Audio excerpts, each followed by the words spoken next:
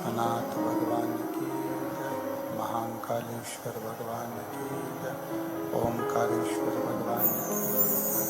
उग्रेश्वर महादेव की जय। हर हर महादेव, हर हर महादेव, हर हर महादेव। श्रवण करने का सौभाग्य साकरी नगर में भगवान देवाधिदेव महादेव की कृपा से प्राप्त हुआ है।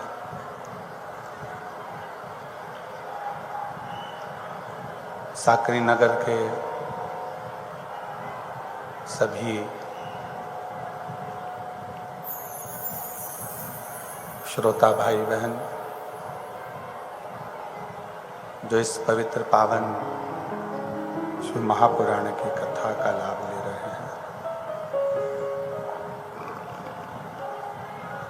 कथा के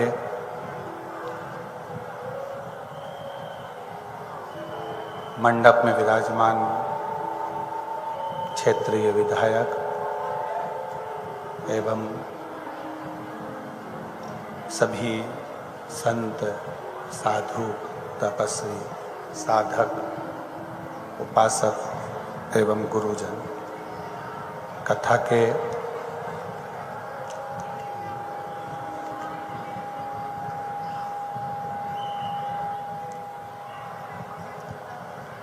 मुख्य यजमान श्री शशिकांत अरविंद जी श्रीवास्तव, बंटी भैया जी, श्री जयवंत लक्ष्मण जी बांगड़, भी यजमान परिवार के लिए एक बार जोरदार ताली बजाकर स्वागत, वंदन, अभिनंदन, जिन्होंने इस पवित्र कथा का यजमान पद ग्रहण कर लाभ लिया है और अपने जीवन को सार्थक बनाया है। प्रभु कृपा से, शिव की करुणा, उनकी उदारता, उनकी दया जो संपूर्ण विश्व में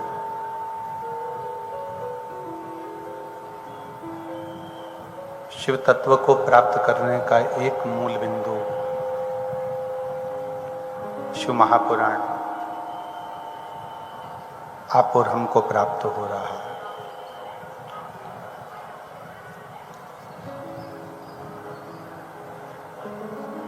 साढ़े 3 करोड़ के इस रोम छिद्र के शरीर में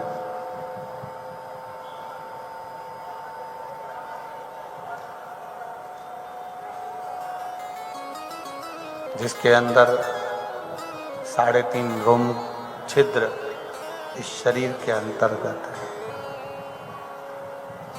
और ऐसे 3.5 करोड़ रोम छिद्र वाले इस शरीर में शिव तत्व को अंदर बिठाना, रोकना बड़ा कठिन होता है।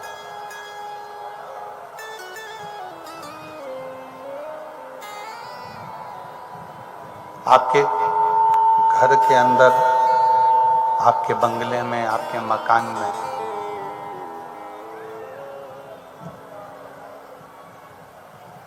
बहुत सारे दरवाजे भी होंगे, बहुत सारी खिड़कियां भी होंगी।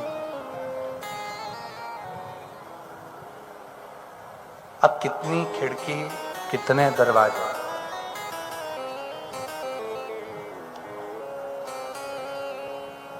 और इतनी खिड़की और दरवाजे अगर हवा को रोकना है तो खिड़की और दरवाजों को बंद करना पड़ता है, तब हवा रोकी जा सकती। तो शिव महापुराण की जो कथा कर रही है, भगवान शंकर का जो चरित्र कर रहा है, शिव तत्व कर रहा है, शंकर की पवित्र कथा कर रही है, शिव महापुराण की कथा कर रही है कि इस संपूर्ण जीवन में, इस संपूर्ण जीवन में हमारे नेत्र, हमारे मुख, हमारी श्रवण शक्ति, ये कुछ दरवाजे ऐसे हैं जहाँ से आसक्तियाँ, काम, वासना, तृष्णा, लोभ,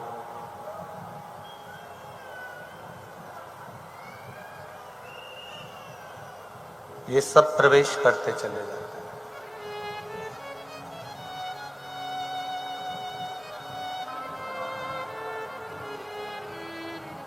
इन आसक्तियों से, इन वासना से, काम से, तृष्णा से, लोभ से बचने के लिए एक जो दरवाजा है, नेत्र का दरवाजा, इसको थोड़ा सा ध्यान में और दर्शन में लगाओ।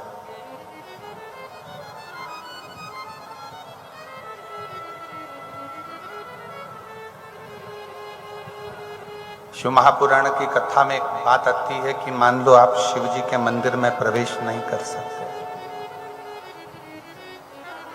कई माताएं कहती हैं कि हमारे घर में बच्चे ने जन्म लिया है, सावड़ लगी हुई है, कुटुंब में, परिवार में कोई चले गया, सूतक लगी हुई है।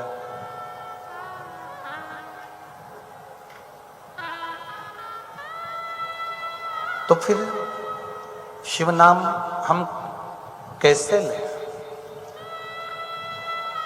पहले तो एक बात स्मरण कर लो, चाहे सूतक लगी हो, चाहे सावड़ लगी हो,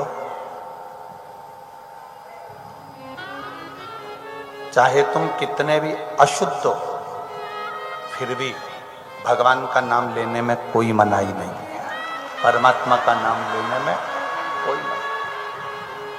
परमात्मा की कथा सुनने की मनाही नहीं है, परमात्मा का नाम लेने की मनाही नहीं।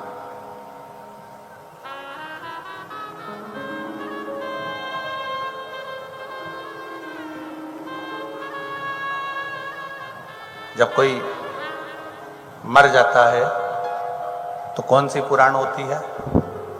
जम के बोलो जरा, गरुण पुराण। किसी किसी घर में लोग गीता जी भी वाचते हैं।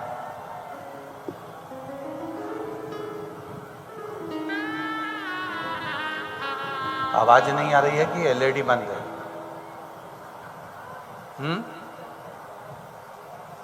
जरा जाकर देखिए, कार्यकर्ताओं को जरा भेजा करो, सुना करो।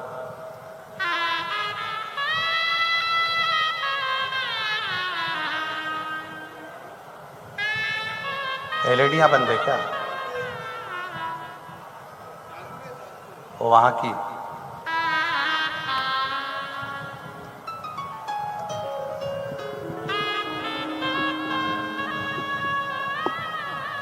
अगर कोई कमी हो जाती है तो भी घर के अंदर शिव पुराण, घर के अंदर गरुड़ पुराण का स्मरण जो आप लोग करते हैं या गीता जी पढ़ते हैं, शिव पुराण नहीं, गरुड़ पुराण का स्मरण आप करते हैं और गीता जी पढ़ते हैं, किसी किसी के घर में ऐसा होता है। शास्त्र कहता है, शास्त्र वर्णन करता है कि आप शुद्ध हैं, अशुद्ध हैं, सावड़ लगी है, सूतक लगी है, या कितने भी आप अशुद्ध हैं, तो भी भगवान का नाम लेने में और भगवान का नाम सुनने में कोई दोष नहीं लगता।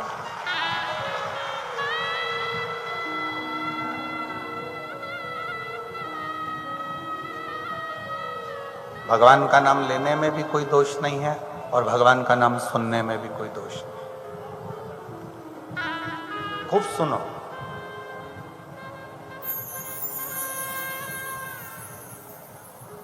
कई माताएं कहती हैं 4 पीढ़ी में, 5 पीढ़ी में, 6 पीढ़ी में, 7 पीढ़ी में कोई चले गया, अब हम कथा सुने कि नहीं सुने, हम मंदिर जाएं कि ना जाएं, कथा भी सुनो, मंदिर भले ना जाकर शिखर का दर्शन करो, और शिखर दर्शनम सर्व पाप नाशनम। घर में कथा को भी सुनिए और मंदिर के शिखर का दर्शन भी।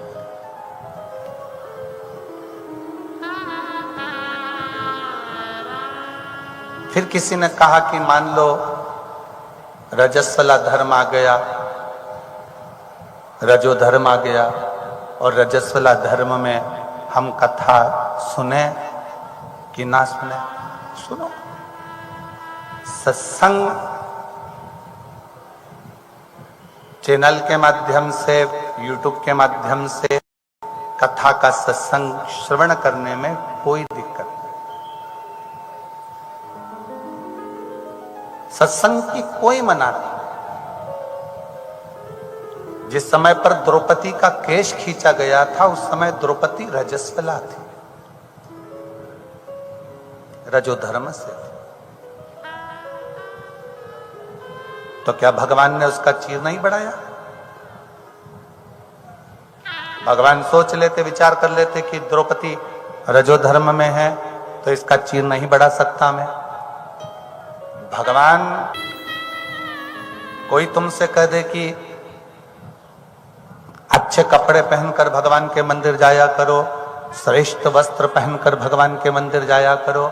शिव महापुराण की कथा तो यहां तक कहती है कि बच्चा गटर में गिर गया, नाली में गिर गया, उस बच्चे को मोहल्ले के लोग, गटर में गिरे हुए, गंदगी में गिरे हुए बच्चे को घर के लोग, अपन परिवार के लोग, मोहल्ले के लोग अपने गले से नहीं लगाएंगे। पर गटर में गिरा हुआ बच्चा, गंदगी में लगा हुआ बच्चा, माँ देख लेगी या बाप देख लेगा तो अपने बच्चे को सबसे पहले गले से लगाता।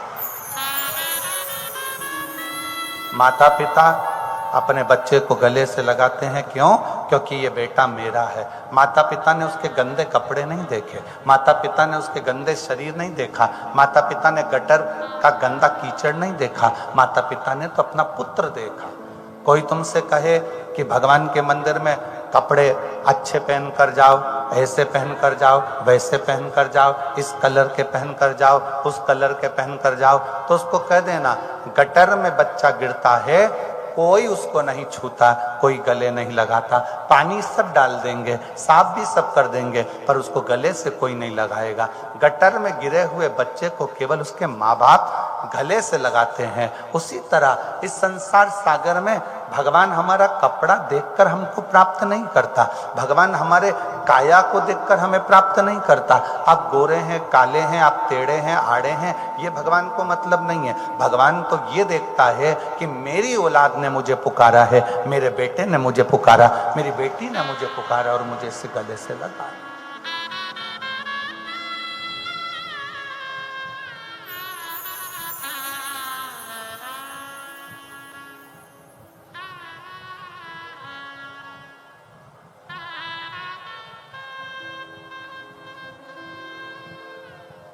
किसी ने एक प्रश्न किया, गुरुजी हमें कुंभ में जाना है, हम क्या लेकर जाएं?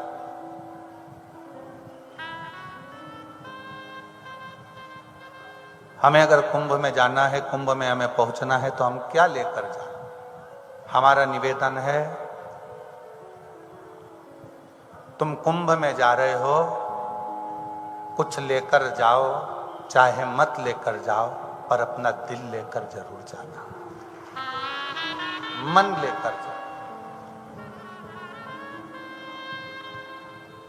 कुंभ में पहुंच गए और तीर्थ, मंदिर, कथा, सत्संग, कुंभ, ये जितनी भी जगह पर जाओ, तुम अपना मन लेकर जाओ, अपना दिल लेकर जाओ, अपना हृदय लेकर।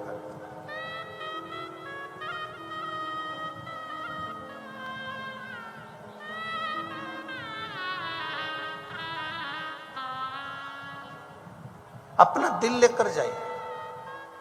कुंभ में, तीर्थ में जा रहे हो तो अपना मन लेकर जाइए, कथा में जा रहे हो तो अपना दिल लेकर, अपना मन लेकर जाइए।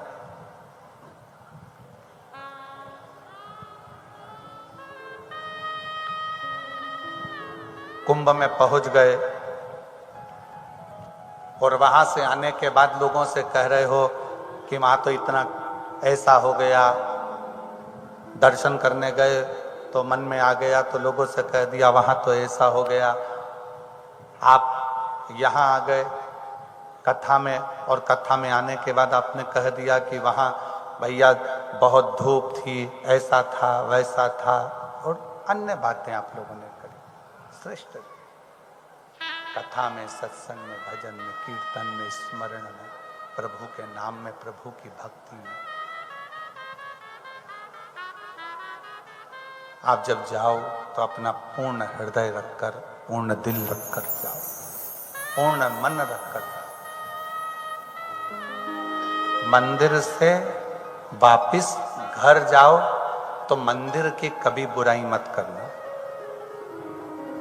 तीर्थ से घर जाओ तो तीर्थ की कभी बुराई नहीं करना।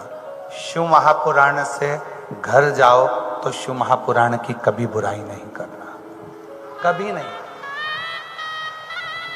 चौथा, इन तीन से भी बढ़कर एक चौथा स्थान है जहां की बुराई नहीं करी जाती।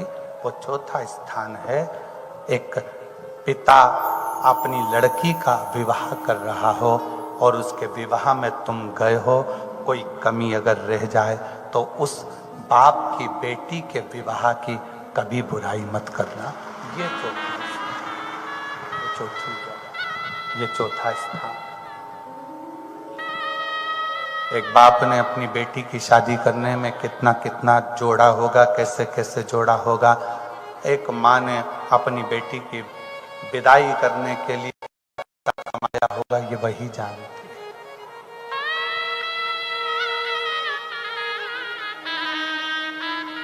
ये वो जानती है।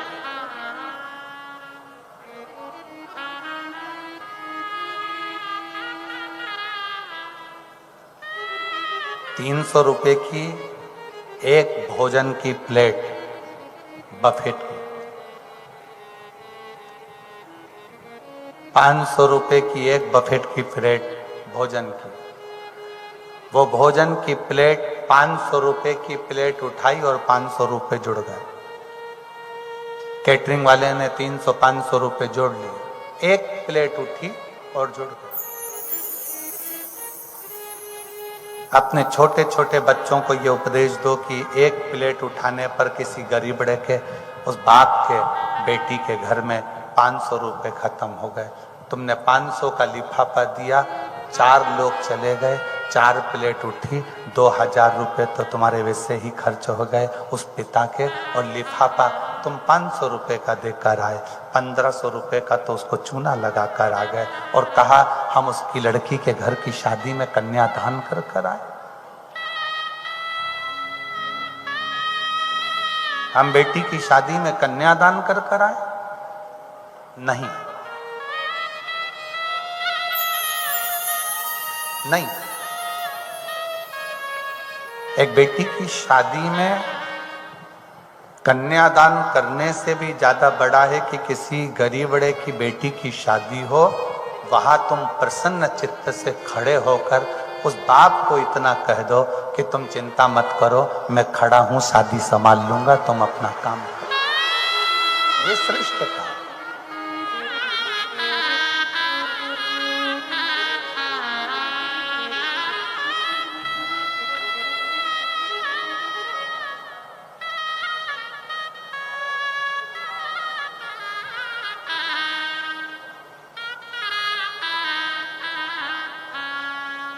जब कुबेरेश्वर बाबा की धर्मशाला बनकर तैयार हो जाएगी ना, जो आप सब लोगों के सहयोग से जो हॉल बन रहे हैं, कमरे बन रहे हैं, जो धर्मशाला का निर्माण हो रहा है, तो कुबेरेश्वर बाबा की जब धर्मशाला बनकर तैयार हो जाएगी, आपका शुल्क लगा है उसमें, आपका पैसा लगा है उसमें, आपका एक एक रुपया लगा है उसमें। उस धर्मशाला का एक नियम रखेंगे कि किसी बेटी की अगर किसी बाप को शादी करना है तो वहाँ 25-30 लोगों को लेकर आए, लड़के वाले भी 25-30 आए, उनके भोजन की व्यवस्था भी समिति निःशुल्क करेगी, कन्यादान दहेज देने की समिति व्यवस्था करेगी,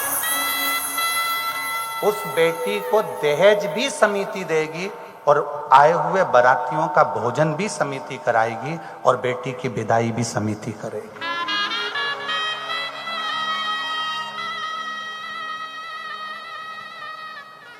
और बाबा के धाम से अगर विवाह होगा तो आशीर्वाद तो मेरा कुबेर भंडारी ऐसा देकर भेजेगा कि उस बेटी की जिंदगी में कभी कमी नहीं आएगी। दहेज भी बाबा देगा, समिति देगी। 25 लड़के वाले 25 लड़की वाले आएंगे, आराम से शादी करेंगे और दहेज भी उनको देकर बाबा विदा करेगा। और आशीर्वाद मेरा कुबेर भंडारी इतना देगा कि उसके जीवन में कभी लक्ष्मी की तो कमी आने वाली नहीं, कभी जीवन में। तुम्हारे द्वारा बनाया गया वो धर्मशाला, तुम्हारे द्वारा निर्माण करी गई वो भवन, तुम्हारे द्वारा बनाया गया। लोग कहते हैं गुरुजी हमको कमरा बनवाना है। हमने कहा कि अगर कमरा अगर पूरा हो गया है तो जो हाल बन रहा है उस हाल में आपका अगर कोई सहयोग राशि लग सकती है तो लगा लो। आने वाले समय में जब इतनी बेटियों की शादी उस धर्मशाला से आपके छत के नीचे होगी तो शायद थोड़ा सा पुण्य आपके विभाग्य में आ जाए, थोड़ा सा।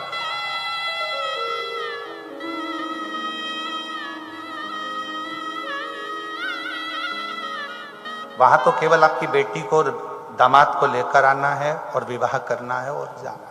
पंडित भी वहीं रहेगा, भोजन भी वहीं रहेगा, रुकने की व्यवस्था भी वहीं रहेगी, सब व्यवस्था वहां रहेगी, सब निःशुल्क बाबा के भरोसे, उसके आशीर्वाद। शिव तत्व मंदिर में जल चढ़ाकर वापिस लौटो तो बुराई मत करो, तीर्थ से दर्शन कर कर पहुंचो तो बुराई मत करो। कुंभ जा रहे हो, गंगा यमुना सरस्वती कावेरी गोदावरी सरयू छिप्रा का स्नान कर कर जा रहे हो, वापिस जाकर निंदा मत करो। और चौथा स्थान जो मूल है, किसी बेटी के विवाह में अगर जा रहे हो तो उसके घर में अगर खाने की थोड़ी कमी पड़ जाए, कोई व्यवस्थाओं में कमी पड़ जाए, कोई कमी रह गई है तो उसको नजरअंदाज करो और उस बेटी के विवाह की बुराई कभी मत करो, क्योंकि वो अपनी बेटी है, अपने गांव की बेटी है, अपनी बेटी।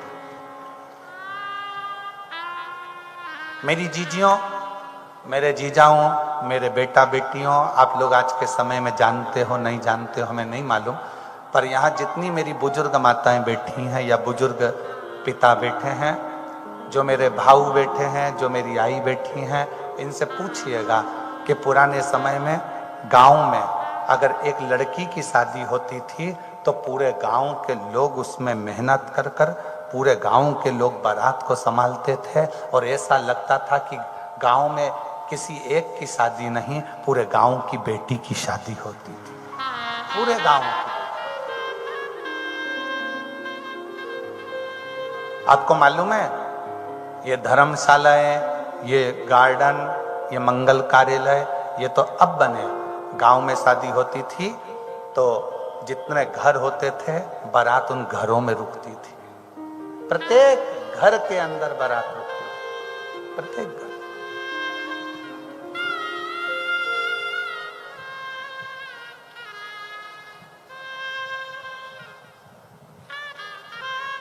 प्रत्येक घर।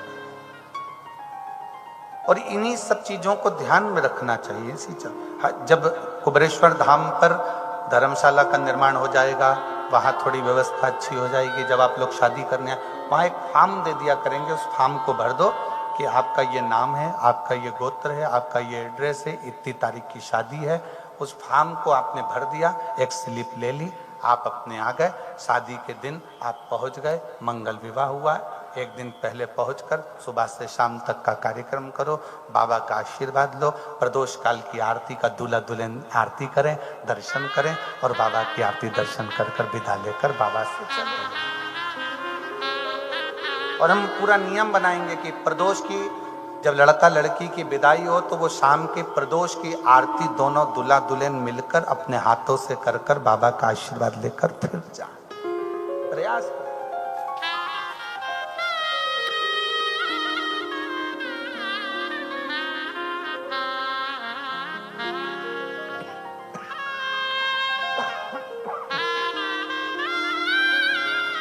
कभी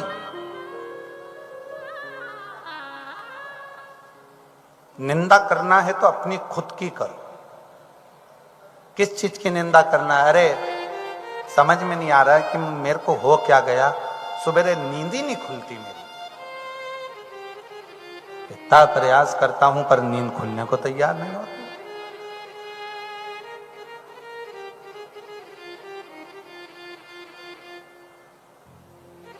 खुद की निंदा करो।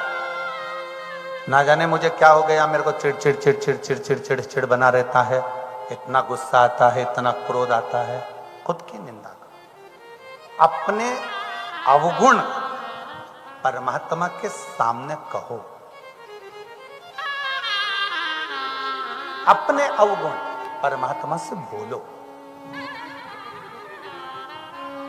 वो एक लाइन हमारे स्मरण में आती है, कैसे तारोगे प्रभु जी, कैसे तारोगे,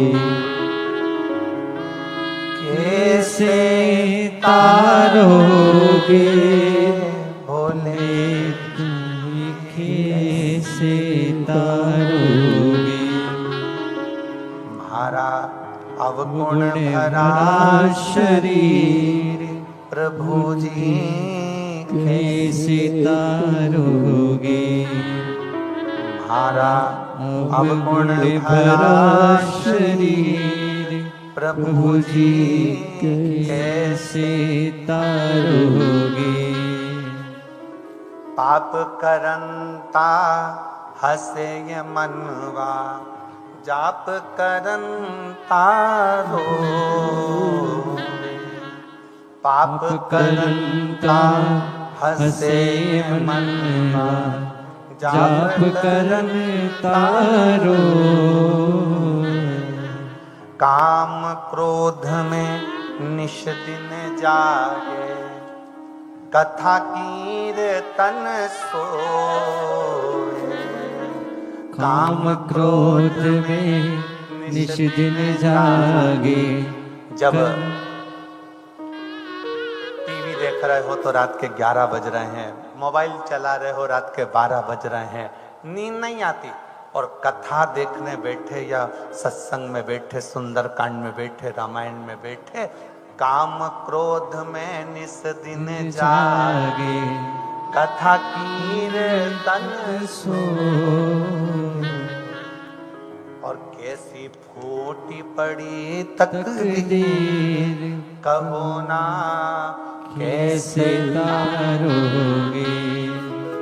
कैसी फूटी पड़ी तकदीर, कहो ना कैसे तारोगे।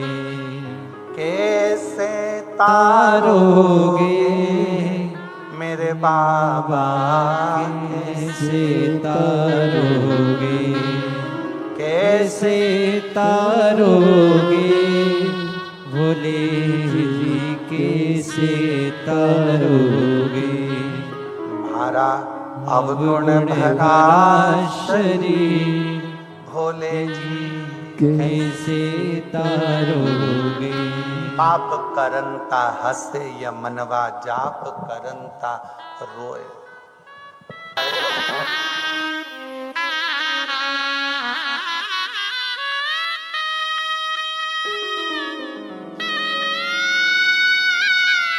शंभु शरण पड़ी मांगो घड़ी रे घड़ी, दुख काटो दया करी, मैं दर्शन आपो।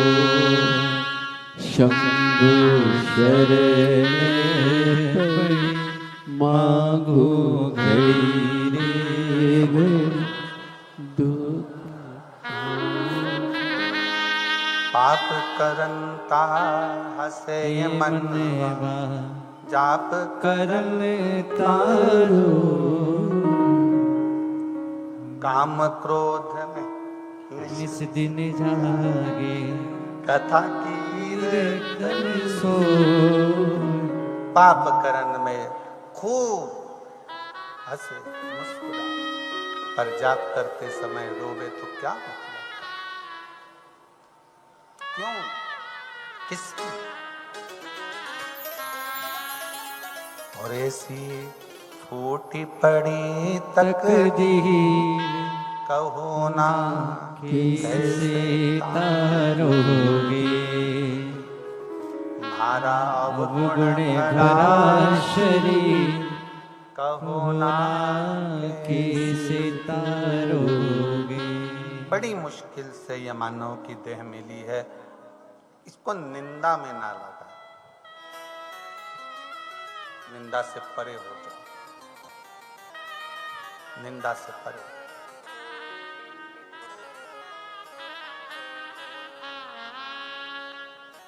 सावित्री ने देवऋषि नारद से कहा था कि आपने मेरा भाग्य बता दिया कि मेरी शादी सत्यवान से होगी तो वो 1 साल तक जीवित रहेगा। संसार की ना जाने कितनी बेटियां, कितनी माताएं, कितनी महिलाएं ऐसी हैं जिनको अपना भाग्य नहीं मालूम कि इनके साथ होगा क्या।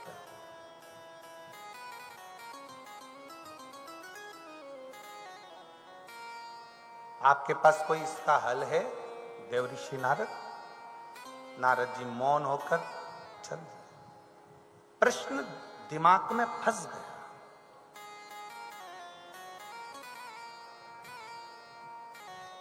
प्रश्न दिमाग में फंस गया।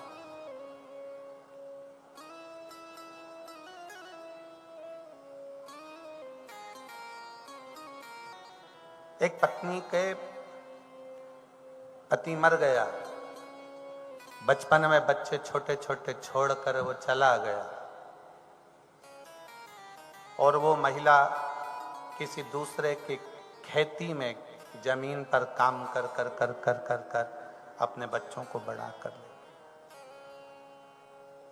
वो महिला एक दिन उसी महिला के बच्चे जब बड़े हो जाते हैं और बड़े होकर अपनी माँ से, खेती में काम कर रही माँ से कहते हैं, माँ तूने मुझे पढ़ाया लिखाया, इतना बड़ा कर लिया, मैं पढ़ भी लिया, पर माँ क्या हम दोनों बेटों को तूने पढ़ाया? क्या हम दोनों की किस्मत में कभी कोई नौकरी सरकारी नहीं लिखी?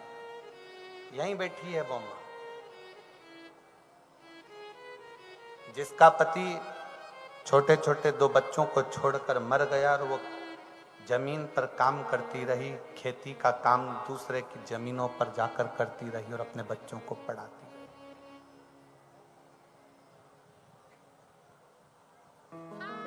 5 साल से बेटे लगातार कह रहे थे माँ से, माँ क्या हम लोगों की कभी नौकरी नहीं लग सकती? हमें भी दूसरों की जमीन पर ही काम करना पड़ेगा।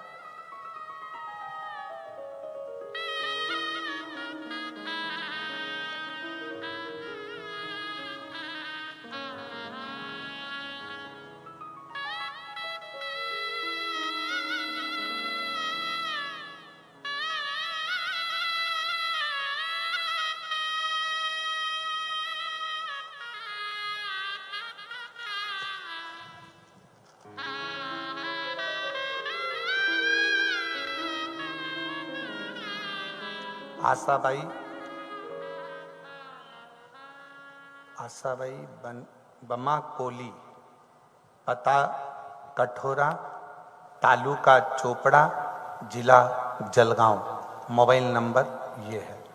कहीं बैठी हो तो हाथ हिला सकती हैं। आशाबाई, ये बना है कि वर्मा है? क्या लिखा गया? बना।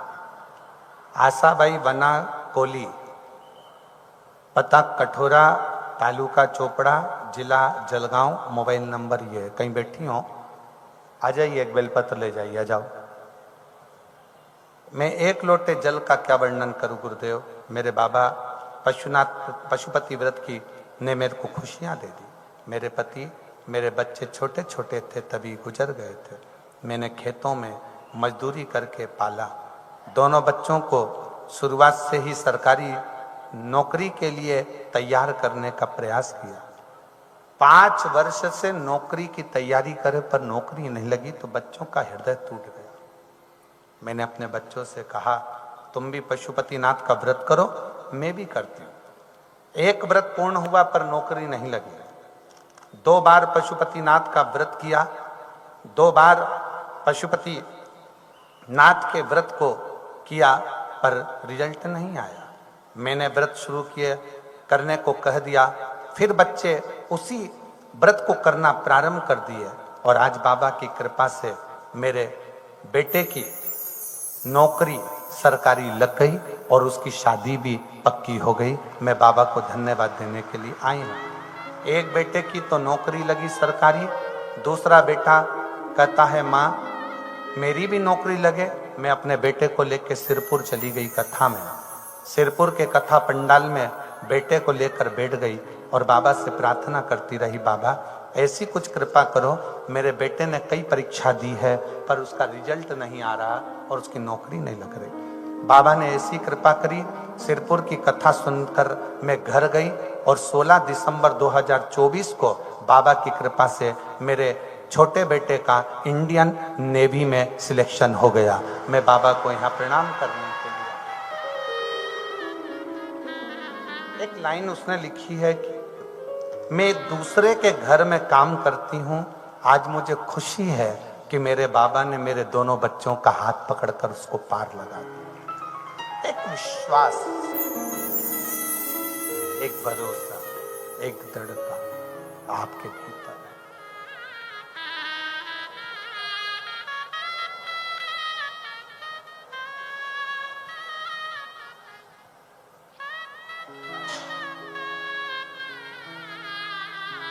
एक प्रश्न, क्या भाग्य में लिखा है? फिर निवेदन है, तुम्हारी किस्मत में अगर विधाता ने कुछ उल्टा भी लिख दिया है ना तो शंकर के मंदिर जाना चालू कर दो, तुम्हारा भाग्य उल्टा जरूर हो जाएगा, सुधर जरूर जाएगा। आप शिव के मंदिर जाना प्रारंभ करो।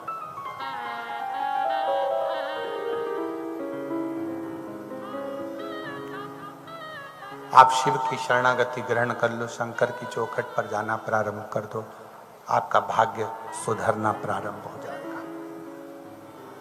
भाग्य सुधरना प्रारंभ हो जाएगा। निंदा से दूर रहो, शिव की शरणागति ग्रहण करो। जैसे सावित्री ने देवऋषि नारद के सामने बहुत बड़ा प्रश्न खड़ा कर दिया, संसार की सब नारियों का भाग्य कौन बताए?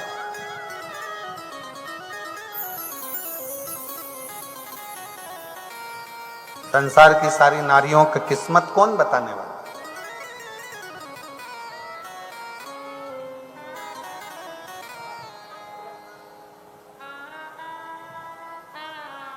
पुण्य कमाने के लिए जाओ, पर पुण्य कमाते कमाते पाप लेकर वापिस मत आओ। शिव पुराण कहता है तीर्थ जाओ पुण्य कमाने के लिए, मंदिर जाओ पुण्य कमाने के लिए, गंगा नहाओ, त्रिवेणी संगम स्नान करो, कुंभ जाओ पुण्य कमाने के लिए, कथा में जाओ पुण्य कमाने के लिए। पर किसी की निंदा में अगर हम लगे हुए हैं, गलत विचारों में हम लगे हैं, गलत सोच में हम लगे हैं, गलत भाव में, गलत दृष्टि में हम लगे हैं, तो हम वहाँ पुण्य कमाने के लिए नहीं, फिर हम वहाँ से पाप एकत्रित करने के लिए जाओ। कथा में आए हो ना, सबको मालूम है कि कथा हो रही है साकरी में, पंडाल भी लगा है, भोजन व्यवस्था भी है, रुकने की व्यवस्था, सब कुछ है। और ये बात सब जानते हैं कि पंडाल कितना भी बड़ा लग जाता है पर भोलेनाथ तो कैलाश पर रहते हैं ना, तो पंडाल तो छोटा पड़ता ही है, कैलाश विस्तार है, शिव की कथा विस्तार। हर व्यक्ति को इस भाव में आना चाहिए कि हम कथा सुनने जाएंगे, पंडाल में जगह मिली तो ठीक है, ना मिले तो अपना छाता लगाया, अपनी पानी की बोतल रखी, अपना बैठे आसन बिछाकर, अपना ओढ़ना, अपना बिछाना, अपना छाता लगाकर, अपना खुद का टेंट, बनाया, बैठे और कथा सुन। अब कोई जाए यहां से कथा सुनकर, सूरत की कथा सुनकर जाओ, साकरी की जाओ, सिरपुर की जाओ, और घर जाकर कहो कि सामा तो इतनी भीड़ थी, बैठने की व्यवस्था बहुत मुश्किल से मिली, अरे गर्मी पड़ रही थी, धूप पड़ रही थी। तो सीहोर वाला महाराज तो कितना चिल्ला चिल्ला कर कह रहा है कि सोने की रकम पहनकर कथा में मत आओ, कीमती सामान लेकर कथा में मत आओ, अपना बिछाने का लाओ, ओढ़ने का लाओ, पानी की 2 बाटल लाओ, 1 छाता। आज याद इसलिए आया कि आज टिफिन में आया। तो आप अपनी व्यवस्था से चलो।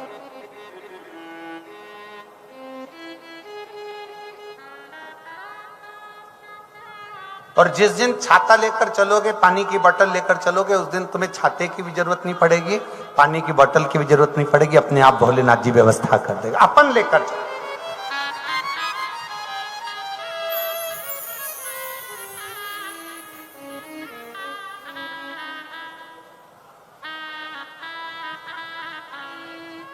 कई लोग सीहोर आते हैं कुबेरेश्वर बाबा की भूमि पर, सोने की रकम पहनकर आने की जरूरत क्या है? वहां तो बाबा से कहो कि तुम दो मुझे, तुम मेरे बाप हो, तुम मेरे पिता हो।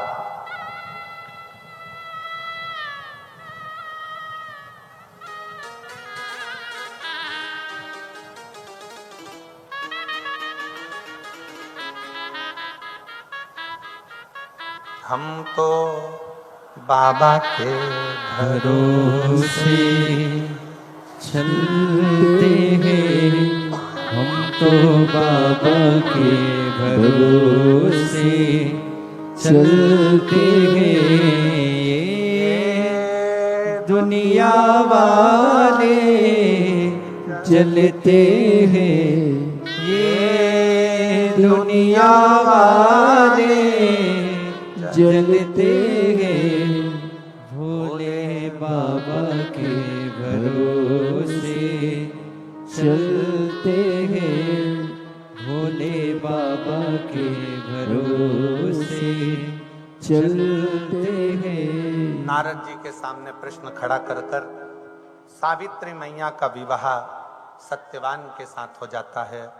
सत्यवान के पिता नेत्रों से अंधे हैं, माता दुखी रहती है देखकर। दुर्मसेन से, अपने ससुर से सावित्री ने जब विचार करा कि कुछ दिन बाकी है, तो पूछ लिया कि तुम्हारा राज्य गया, तुम भी राजा थे, तुम्हारा पूरा की पूरा राज्य चले गया। आ जाओ।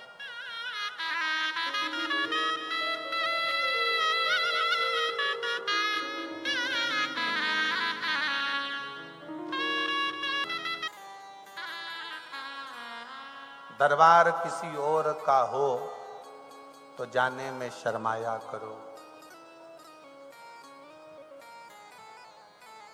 दरबार किसी और का हो तो जाने में शर्माया करो, पर दरबार यदि महाकाल का हो तो रोज जाया करो। प्रतिदिन प्रतिदिन।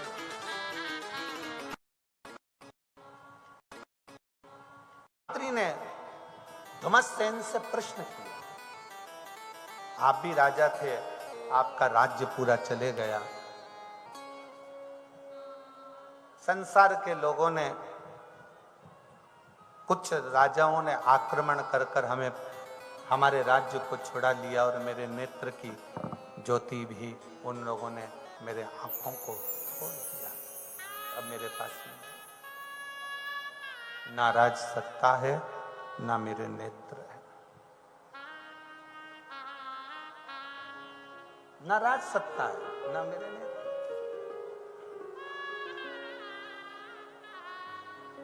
तुम्हारे पास में, सावित्री ने अपने ससुर जी से कहा, आपके पास में कुछ है?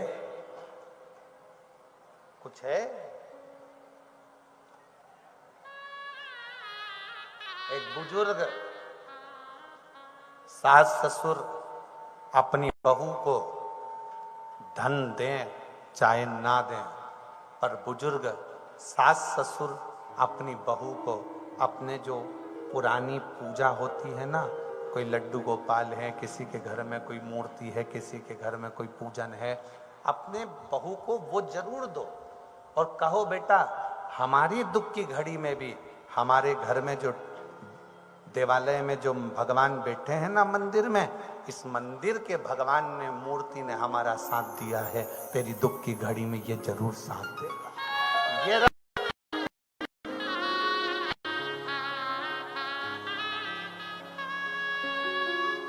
आपके पास में कुछ है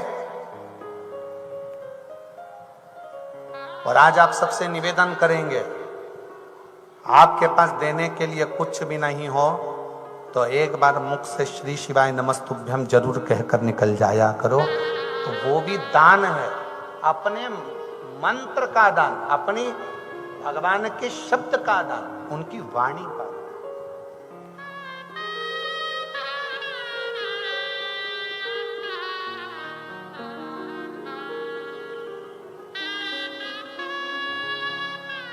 अभी लखनऊ में एक हमारे प्रिय हैं लालू सोनी जी, वो उनके मित्र ने शादी करी तो उन्होंने कोई राजपूत है, उन्होंने पत्रिका छपाई। उस पत्रिका का जो लिफाफा था, जिस लिफाफे में वो कार्ड डाल रहे थे, उसमें उन्होंने एक स्लिप चिपकाने वाली दरवाजे पर श्री शिवाय नमस्तुभ्यम की उसी के अंदर रख दी। और जहां पत्रिका देने जाते थे वहां कहते थे कि इसमें एक स्लिप भी पड़ी है, शादी में आओ जरूर पधारो, और अगर नहीं भी आ पाओ तो इसमें स्लिप है श्री शिवाय नमस्तुभ्यम की। अपने खुद के घर के दरवाजे पर वो स्लिप चिपकाना जरूर, जिससे आपके घर में आने वाले की जिंदगी भी खुशहाल हो और आपकी जिंदगी भी खुशहाल। उन्होंने पत्रिका के लिफाफे में एक अलग से चिपकाने वाली स्लिप रख दी, श्री शिवाय नमस्ते। कार्ड तो जा ही रहा था, वो स्लिप भी उन्होंने उसमें रख दी कि आप ये स्लिप सबके घर घर जाएगी, लोग अपने दरवाजे पर उसको चिपकाएंगे, अपने जीवन को कृतार्थ करें। आप लोगों के दरवाजे पे लगा है श्री शिवाय नमस्तुभ्यम? हाथ उठाओ जरा, किस किस के यहाँ लगा है? सबके यहाँ लगा है? लगा के रखना। जीवन में दुख कष्ट बहुत दूर रहेगा। जितनी तारीख को लगाया वो तारीख भी लिख के रखो। जैसे बल्ब आता है ना CFL का, उस बल्ब पे लिखा रहता है इतनी तारीख का बल्ब है, अगर बीच में बेकार हो गया तो कंपनी वापस ले लेती। तारीख भी लिख लो तुम तो कि हमने इतनी तारीख को लगाया, और देखना पहले के साल और एक साल के अंदर कितना फर्क गिरता है, आपको मालूम पड़ जाएगा कि सुख आता है कि नहीं, कष्ट दूर होता है कि नहीं होता, तकलीफें जाती है कि नहीं जाती। एक पत्र है,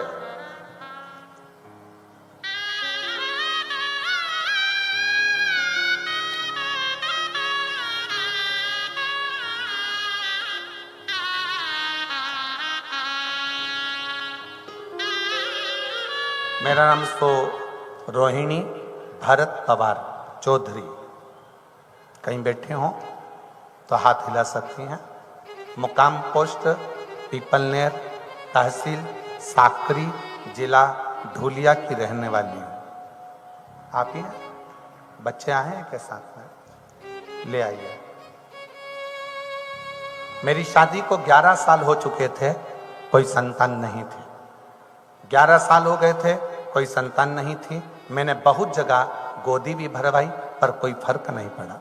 फिर मेरी माँ ने मुझसे कहा कि आस्था चैनल पर श्री पंडित मिश्रा की कथा आती है, वो सुनाते हैं तो सुना कर। बाबा मैं आपकी कथा रोज सुनने लगी। हम पति पत्नी रोज मंदिर जाते, आप कथा में संतान प्राप्ति के जो उपाय बताते वो मैं करती। सफेद आंकड़े की जड़ का 5 बार प्रयोग किया, एक बार नहीं 5 बार करा। 5 बार करने पर पारिजात के पुष्प वाला अष्टमी के दिन का उपाय करा। पशुपति व्रत किया। टीवी के सामने बैठकर रोज आपकी कथा सुनती। मैं कुबेर भंडारी से रोज कहती कि बाबा तूने मुझे सब कुछ दिया, पर एक स्त्री तब पूरी होती है जब वो माँ बनती है। बाबा मुझे माँ बनने का सुख दे देना। आप कहते हो डॉक्टर भी शंकर है, तो हम डॉक्टर से भी दवाइयाँ लेते हैं पर कोई असर क्यों नहीं आता। तब बाबा के भरोसे होकर कुबेर भंडारी के दरवाजे पर पहुंच गए और कुबेर भंडारी के दरवाजे पर जाकर वहीं पर रहकर बाबा के झाड़ू पोछा कर विनती कर वहां का जल पीकर कंकर को लेकर आ गए। बाबा के हमें क्या मालूम था, हम एक कंकर की जगह 2 कंकर लेकर आ गए। बाबा ने ऐसी कृपा कर दी, वहां से आने के बाद मेरा गर्भ ठहर गया और गर्भ से 2 बच्चों ने जन्म लिया। बाबा मेरे 2 बच्चों ने जन्म लिया, मैं दोनों बच्चों को लेकर यहाँ आई हूँ। मेरे बाबा की कृपा से आज मुझे संतान प्राप्ति हुई। 11 साल के बाद मुझे जुड़वा बच्चे हुए। ये शिव तत्व है, ये शंभु, ये शंकर है। दिया मैंने खाया पिया है, तेरा शुक्रिया है, तेरा शुक्रिया है। मुझे भोले बाबा ने बहुत दे दिया है, तेरा शुक्रिया है, तेरा शुक्रिया है। ये जाए दाद दी है, औलाद दी है, मुसीबत में हर वक्त इमदाद दी है। तेरा ही दिया मैंने खाया पिया है, तेरा शुक्रिया है, तेरा शुक्रिया है। कहीं शिव करुणा करता है,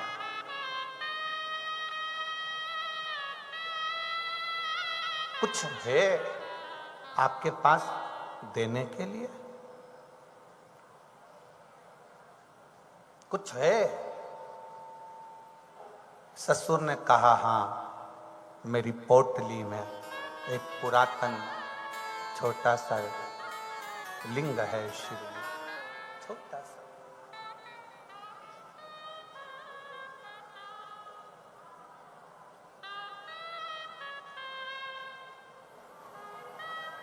शिव लिंगायत संप्रदाय के अंतर्गत गले में एक शिवलिंग हमेशा रहता है। अगर कोई शिव लिंगायत संप्रदाय के बैठे होंगे तो उनके स्मरण में होगा एक शिवलिंग उनके गले में हमेशा रहता है, हमेशा।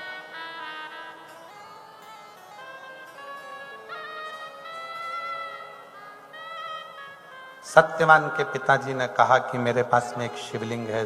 धुमसेन बोले छोटा सा शिवलिंग।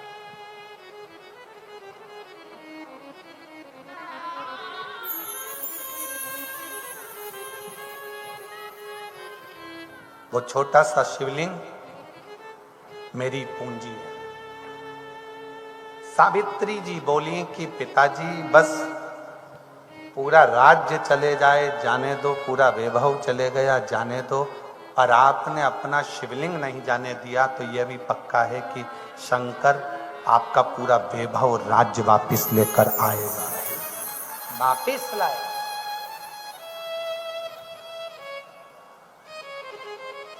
क्यों?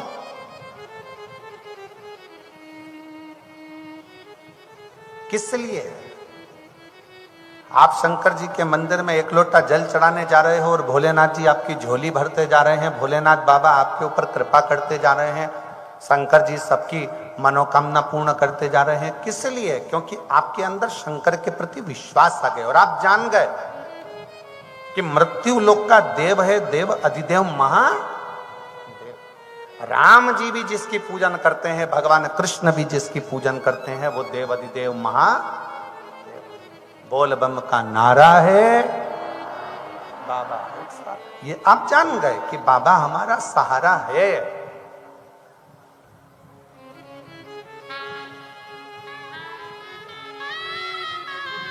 आप लोगों की बुद्धि में ये बैठ गया कि शंकर पर जल चढ़ाएंगे और हमारा सारा दुख मिटेगा। सावित्री समझ गई मेरा पति सत्यवान 1 साल होने में केवल 2 दिन बचे हैं, मेरा शिव मेरे पति को वापस देगा। क्योंकि उसका नाम कालाधिपति महाकाल है। काल पर विजय करने वाला केवल एक है, वो देव अधिदेव महादेव है, केवल एक।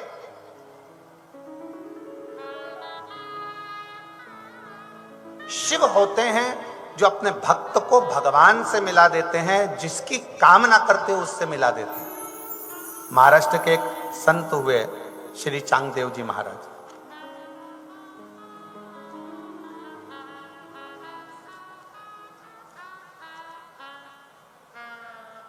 महाराष्ट्र के एक संत हैं, सुना है कि नहीं सुना नाम? जम के तो बोलो, सुना? शिव के इतने बड़े भक्त थे चांगदेव जी की, शंकर की ज्योति की पूजन कर कर ज्योतिर्लिंग के रूप में उसको पूज लेते थे। संत श्री चांगदेव जी महाराज काल भैरव की स्तुति करते थे तो शंकर दर्शन।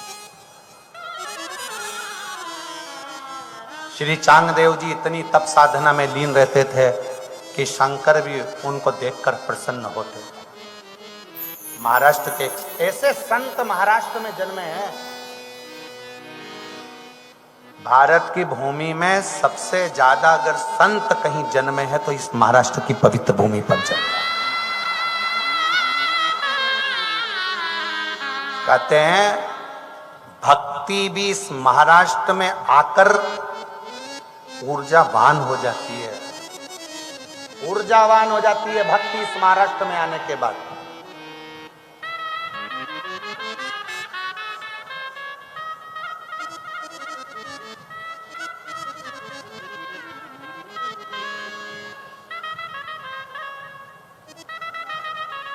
संत तुकाराम, संत श्री नामदेव जी महाराज, ऐसे कई कई कई संत इस महाराष्ट्र की पवित्र भूमि ने दिए। उसमें से एक संत है श्री चांगदेव जी। उम्र का ठिकाना नहीं है, कितनी उम्र है।